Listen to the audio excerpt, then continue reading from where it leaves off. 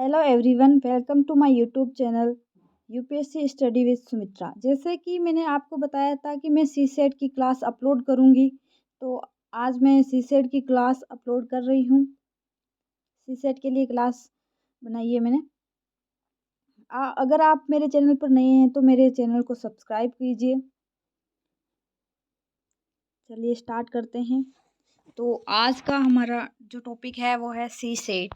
सी set में क्या आता है? सबसे पहले जो सी सेट के जो क्वेश्चंस आते हैं वो आते हैं बोधन से रिलेटेड। बोधन से रिलेटेड बोधन से रिलेटेड। अब बोधन की विषय वस्तु क्या है, इसके बारे में, बोधन के बारे में पढ़ेंगे।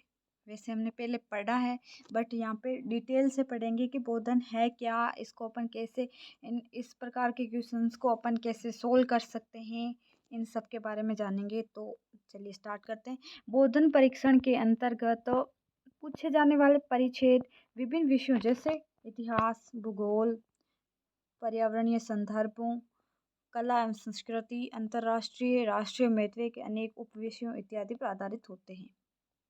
हो गया ये। इसके बाद आता है परिच्छेदों की विषय वस्तु किसी विषय विशेष की परंपरागत जानकारी के बजाय उसके यथार्थवादी अवयवों, आधुनिक संदर्भों और समसामयिक प्रकरणों पर ज्यादा बल देती है। अर्थव्यवस्था के राष्ट्रीय तथा अंतर्राष्ट्रीय पहलू, पर्यावरणीय चिंता एवं समाधान, दर्शन शास्त्र का सामाजिक सरोकार तथा भाषागत विशिष्टता युक्त कलात्मकता से पूछे जाने वाले परिच्छेदों की सामान्य विशेषता रही है।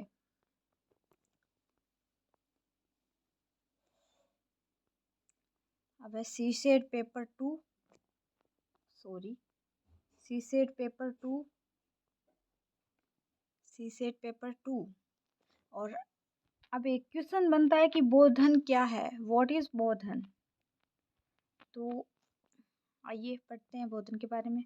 बोधन में निहित शब्द बोध ज्ञान का द्योतक है, यानी इसमें रिलेटेड जो शब्द वर्ड है बोध, वह यह ज्ञान का द्योतक। लेकिन इससे ऊपरी अथवा बाह्य ज्ञान नहीं, बल्कि विभिन्न क्षेत्रों के अंत संबंधित विषयों के गूढ़ अध्ययन के परिणाम स्वरूप उत्पन्न सूक्ष्म एवं गहन अंतर्दृष्टि परिलक्षित होती है। ये मात्रात्मकता की बजाय परिमाणात्मकता पर जोर देता है। इस प्रकार परीक्षण के उपकरणों के रूप में बोधन ऐसी प्रक्रिया है जिससे अभ्यर्थी के विभिन्न कौशल एवं सही अवबोध क्षमता का विश्लेषण किया जा सकता है। बोधगम्यता परीक्षण में विभिन्न विषयों का समावेश होता है। अभ्यर्थियों से अपेक्षा की जाती है कि वे प्रस्तुत गद्यांश के भाव को समझकर तथा पूछे गए प्रश्नों को सावधानी पूर्वक पढ़कर उनका सही उत्तर दें। यानी इसमें क्या होता है कि एक पैराग्राफ दिया जाता है, उस पैराग्राफ को पढ़ करके इस पैराग्राफ के नीचे जो क्वेश्चन दिए जाते हैं उनका सही सही आंसर बताना होता है। अब सी सेट में बोधन का महत्व, इम्पोर्टेंस क्या है इसमें सी सेट में इसकी, तो सी सेट में बोधन का महत्व। सी सेट पेपर टू की परीक्षा में बोधन पर आधारित 30 से 40% प्रश्न पूछे जाते हैं। परीक्षा में पूछे जाने वाले परिच्छेद द्विभाषी, यानी हिंदी के विद्यार्थियों के लिए तो जो पैराग्राफ आते हैं वो हिंदी में होते हैं, और इंग्लिश के विद्यार्थियों के लिए इंग्लिश में। संघ लोक सेवा आयोग UPSC, union public service commission द्वारा सिविल सेवकों द्वारा निभाए जाने वाले व्यापक कर्तव्यों एवं दायित्वों तथा उनके द्वारा अधिकारों के अनुप्रयोगों के परिप्रेक्ष्य में उनके व्यक्तित्व से विभिन्न गुणों की अपेक्षा की जाती है। अभ्यर्थी के व्यक्तित्व से अपेक्षित गुणों यथा बौद्धिकता, संवेदनशीलता, विश्लेषण क्षमता, व्यापकता, गहनता आदि का सही परीक्षण बोधन परीक्षण के माध्यम से ही संभव है। वीडियो को अंत तक जरूर देखिएगा, क्योंकि अंत में मैं इस बोधन से रिलेटेड 2 क्वेश्चन भी करवाऊंगी, 2 पैराग्राफ कंप्लीट करवाऊंगी मैं। सी सेट यात्रा, सी सेट की यात्रा 2011 से 15, यानी आपको मैं पहले बता चुकी हूँ कि जो सीसेट का पेपर है वो 2011 से स्टार्ट किया गया था। और इससे पहले जो पेपर 2 होता था प्री में, आईएएस प्री में, वो ऑप्शनल वैकल्पिक विषय होता था। जैसा कि हमें विदित है कि वर्ष 2015 से सीसेट पेपर 2 को पात्रता परीक्षा बना दिया गया है, अर्थात इसे उत्तीर्ण करना अनिवार्य हो गया। ऐसे में बोधन परीक्षण से संबंधित पूछे जाने वाले प्रश्नों को की निर्णायक 35 से 40% संख्या तथा वर्ष 2015 में बोधन आधारित प्रश्नों या परिच्छेदों की प्रवृत्ति में दृष्टिगोचर परिवर्तनों को देखते हुए 2011 से 2015 तक बोधन परीक्षण की यात्रा का विश्लेषण आवश्यक हो गया है। अब आता है परीक्षा में पूछे गए प्रश्नों पर विश्लेषण।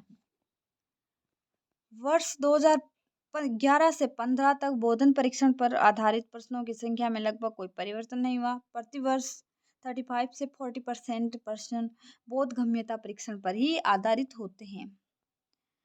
किसी एक परिच्छेद पर आधारित प्रश्नों की संख्या में वर्ष 2015 में परिवर्तन देखा गया। 2015 की परीक्षा में सर्वाधिक परिवर्तन यह देखा गया कि कुल पूछे गए 23 परिच्छेदों में से 19 परिच्छेदों पर आधारित प्रश्न संख्या केवल एक ही रही, यानी एक पैराग्राफ दे दिया और उसके नीचे एक ही क्वेश्चन दिया, अर्थात किसी एक परिच्छेद पर केवल एक ही प्रश्न पूछा गया।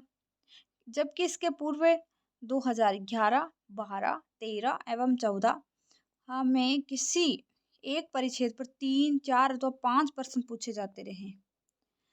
वर्ष 2015 से पूर्व परिच्छेद पर आधारित प्रश्न सीधे सीधे पूछे जाते रहे, जबकि वर्ष 2015 में विशेष तकनीकी शब्दों यथा ये विशेष तकनीकी शब्द कौन से हैं? सर्वाधिक वेद पूर्व धारणा अजम्पशन, निर्णायक अनुमान इन्फेरेंस, सबसे तर्क संगत उपनिगमन कोरोलरी इत्यादि की सहायता से प्रश्न पूछे गए। अब आता है परीक्षा में पूछे गए परिच्छेदों का विश्लेषण। वर्ष 2015 में पूर्व के वर्षों की तुलना में शब्द सीमा के दृष्टिकोण से अपेक्षाकृत छोटे परिच्छेद पूछे गए। इस क्रम में 3 से 6 लाइन तक के परिच्छेद भी पूछे गए। वर्ष 2015 की परीक्षा में कुल 23 परिच्छेदों का समावेश किया गया, जिनमें 15 परिच्छेद 50 से 120 शब्दों के तथा 8 परिच्छेद 150 से 300 शब्दों के पूछे गए। जबकि इसके पूर्व 2011, 12, 13, 14 में समान रूप से लगभग 250 से 500 शब्दों के लगभग 8 से 9 परिच्छेद प्रति वर्ष पूछे जाते रहे हैं। छोटे परिच्छेदों तथा उन पर आधारित केवल एक प्रश्न तथा प्रश्न में प्रयुक्त शब्दावली, इन सब के मेल से बोधन परीक्षण में गुणात्मक समृद्धि नजर आती है। अब टाइप फर्स्ट क्या है इसमें? इसमें देखिए निर्देश निम्नलिखित 35 परिच्छेदों को, यानी आगे जो वीडियोज बनाऊंगी इनमें पूरे 35 परिच्छेद दूंगी मैं, और उनके जो केवल एक क्वेश्चन पर आधारित होंगे। इस वीडियो में तो 2 ही परिच्छेद आएंगे। अब परिच्छेद फर्स्ट है, ये परिच्छेद फर्स्ट क्या है? अब पढ़ना है, इसको ध्यान से पढ़ना है और उसके बाद जो क्वेश्चन दिया गया है उसका आंसर, सही आंसर क्या हो सकता है वो बताना है। तो चलिए पढ़ना स्टार्ट करते हैं।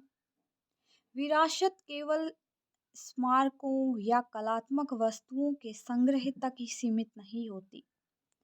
इनमें पूर्वजों से प्राप्त परंपराएं,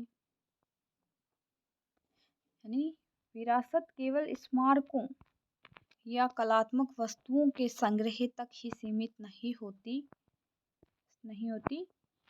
इनमें पूर्वजों से प्राप्त परंपराएं और व्यवहार जैसे कि लोक रीतियाँ, ललित कलाएं, धर्म, सांस्कृतिक त्योहार और परंपरागत हस्तशिल्प सम्मिलित होते हैं, जिन्हें हम आने वाली पीढ़ियों को सौंपते हैं। ये अमूर्त सांस्कृतिक विरासत स्वभावतः नाजुक होती है और इसके संरक्षण की आवश्यकता होती है, क्योंकि ये बढ़ते हुए वैश्वीकरण के दौर में सांस्कृतिक विविधता को बनाए रखने के लिए एक महत्वपूर्ण कारक है।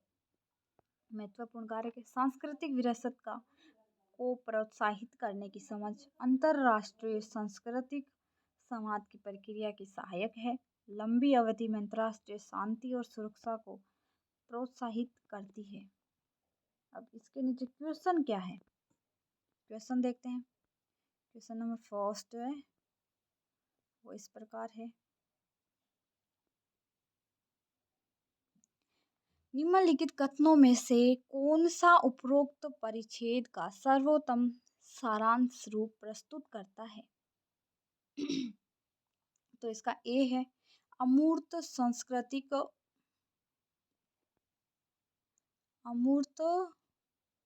सांस्कृतिक विरासत अंतरराष्ट्रीय अमूर्त सांस्कृतिक संवाद की प्रक्रिया का सर्वाधिक विशिष्ट साधन है। बी, अमूर्त सांस्कृतिक विरासत सांस्कृतिक विविधता की सुरक्षा का एक महत्वपूर्ण पहलू है।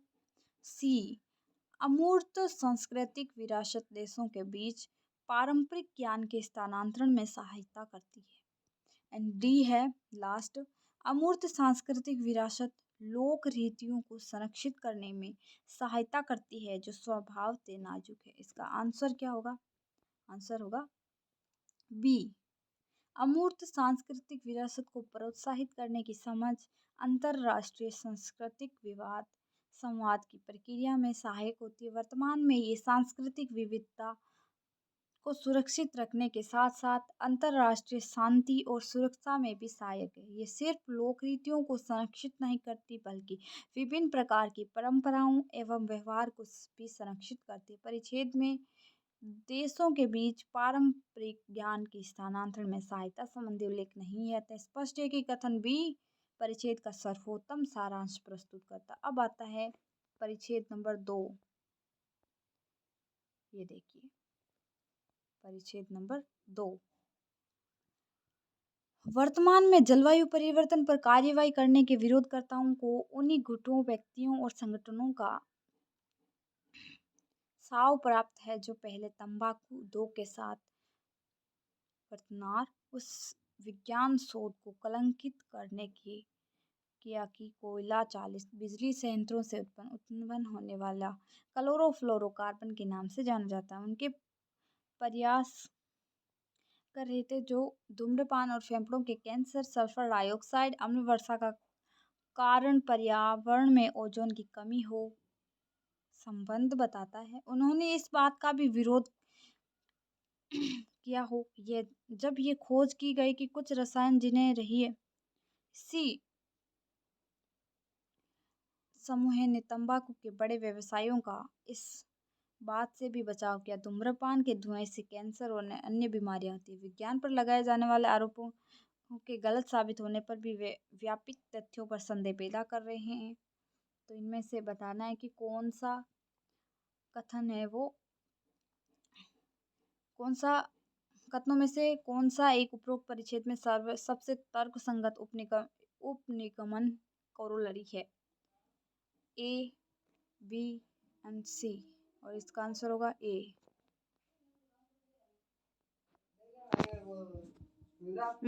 ऐसे तो